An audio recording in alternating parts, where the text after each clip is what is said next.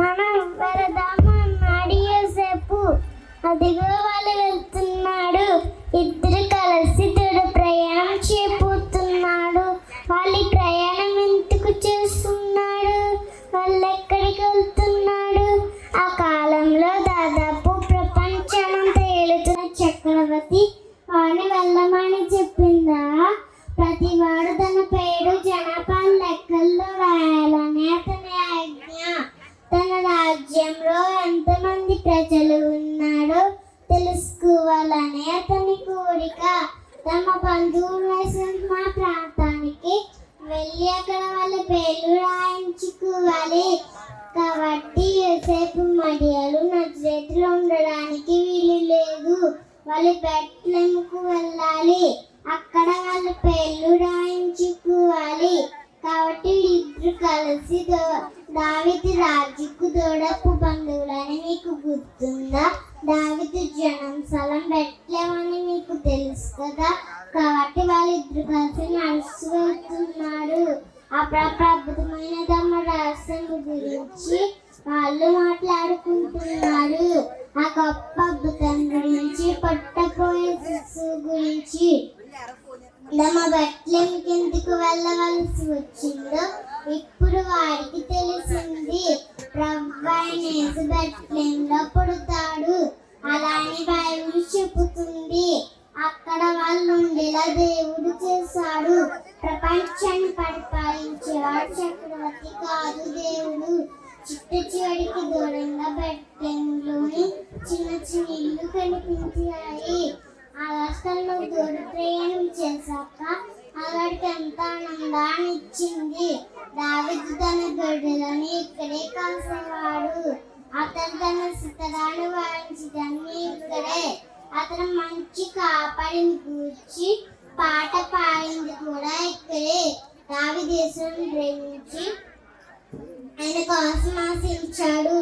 మరియు సప్లగ రోజుల్లో సైతం ఇది అసలు ఉన్నదని నేను గట్టిగా నమ్ముతాను. అదిగో వాళ్ళు బెత్లెహేము చేరాడు. అప్పటికే చీకటి పడింది. వాళ్ళు ఎక్కడ నిద్రపోవాలి? బెత్లెహేములో ఒక సత్రం ఉండేది. వచ్చేవాడు ఉండడానికి అదొక పెద్ద ఇల్లు లాంటిది. వాళ్ళు వేగంగా సత్రం చేరాడు. అయితే ఆ సత్రం యజమాని తల డెంగూపాడు. సత్రం నిండిపోయింది, స్థలం లేదు అన్నాడు. పోనీ మరో చోటుకి వెళ్తే లాభం లేదు. వాళ్ళకి ఎక్కడ స్థలం లేదు. యోసేపు మరియలు దేవునికి చెరకేసుకుని లోకంలో స్థలం లేదు. ఎంత విచారం!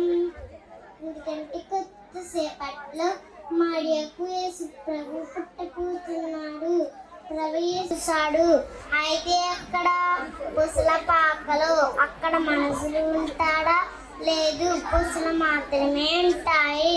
మరి ఉండవలసిన స్థలం మీద అలా ఇక్కడ పుసల చుట్టే తప్ప వేరే పడక లేదు. ఇది పుసల గడ్డి వేసి తొట్టే. ఇప్పుడు అద్భుతమైన పుట్టుక జరుగుతుంది. పుట్టాడు. మరి ఆ శిశువుని చాలా జాగ్రత్తగా ఎత్తుకుంది. అతను మామూలు శిశులా కనిపిస్తున్నాడు. అయితే ఆ శిశులో ఏదో ప్రతీకత ఉంది. మిగిలిన వాళ్ళంతా పాపలుగా పుడతాడు. అయితే ఆ శిశు అలాంటి వాడు కాదు. ఇతడు పరిశుద్ధమైన వాడు, రక్షకుడు. ఇతడు దేవుని కుమారుడు, రక్షకుడు. మరి యోసేపు ఆ శిశు తమ రక్షకుడు అని తెలుసు. ఆయన వాడి కోసము ఇంకా ఎంతమంది కోసం ఈ లోకానికి వచ్చాడు. పాపులను రక్షించడానికి వచ్చాడు. మన హృదయం కిల్లు లాంటిది. ప్రవచ్చటి జీవించి మన హృదయాన్ని రాజుల పరిపాలించాలని ఆశిస్తున్నాడు. అయితే పుసల పాకలు మురికిగా ఉన్నాయి. యేసు ప్రభుకు అక్కడ చోటు లేదు. నీ హృదయం కూడా మురిగున్న పుసల పాకలు ఉందని నీ ఒప్పుకునేలా ప్రభు సాయం చేయాలి. నీవు ఆయనను రాజుగా చేసుకోవాలి.